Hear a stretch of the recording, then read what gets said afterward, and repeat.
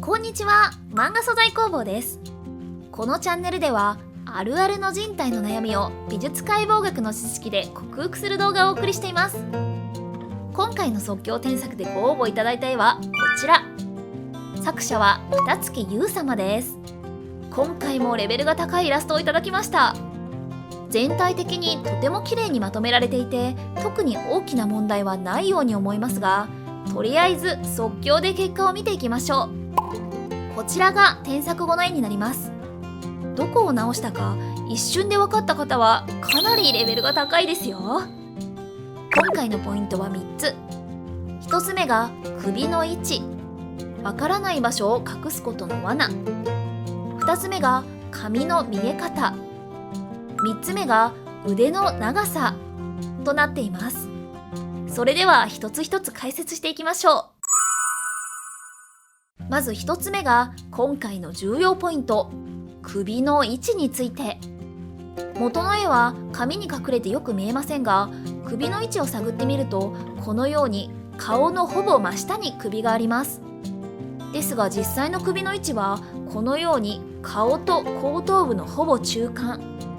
実際の人体では重量の多い後頭部をより多く支えられる後部寄りの位置にあります。このように紙やパーツで隠れた場所というのはついおろそかになりがちですし、むしろよくわからないから隠しちゃえと意図的に書かないことって皆さんあるあるですよね。ですが見えない場所をおざなりに書いてしまうと全体が大きく崩れかねないので注意が必要です。この絵のケースだと首を前方に描きすぎてしまったために首につられて体そのものの位置がずれてしまっています。せっかく綺麗に描いて綺麗に色を塗ってもこの根本の違和感は最後まで引きずることになってしまいます。パーツの構造や位置は基本の基本ですので、なるべく早いうちに覚えておくとものすごくお得なんですよ。2つ目のポイントはこれも横顔あるあるですが、奥行きの髪の見え方です。正面から見た場合、サイドの髪はちょうど目の横に来ていますよね。ですがこの横顔では目よりもはるか前方まで奥の髪が移動しています。つまり正面から見るとこのように左右非対称の髪型になっているわけです。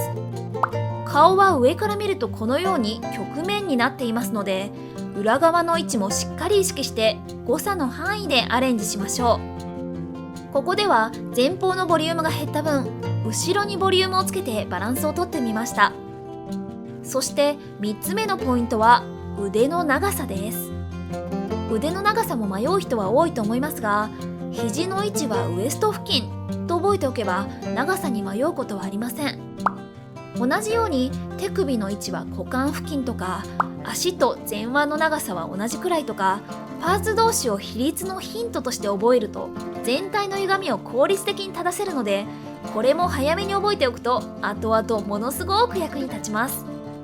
あとはスカートのフリルが少々直線的なので、曲線を多めにして布のふわふわっとした印象を柔らかく表現できるともっといいですね。現在私は個人的に美術解剖学の勉強をしており、そのまとめを有料公開しています。人体の仕組みをもっともっと知りたいという方は説明欄からぜひチェックしてみてください。以上、今回の内容をまとめますと、1つ目が首の位置。首の位置はキャラの首の太さで微妙に変わりますが、首が細いキャラなら中央、太いキャラならやや後方に描きましょう。紙で隠れて見えないからと適当にすると体全体のバランスに影響してしまうパーツです。重々気をつけましょう。2つ目が髪の見え方。頭部は平面ではなく曲面の立体です。見えない裏側まで常に意識する癖をつけると絵の立体感や説得力が爆上がりします。3つ目が腕の長さ。肘がウエストに来るイメージで長さを調整してみましょう。パーツ同士を比率のヒントとして覚えると全体の歪みが劇的に減っていきます。このようにこのチャンネルではあるあるの人体の悩みを美術解剖学の知識で解消する動画を公開しています。今回の動画がお役に立ちましたらぜひチャンネル登録お願いします。Twitter と Pixiv、Instagram では無料の画像解説を随時公開していますので、概要欄からチェックしてみてください。それでは最後までご視聴いただきありがとうございました。また次の動画でお会いしましょう。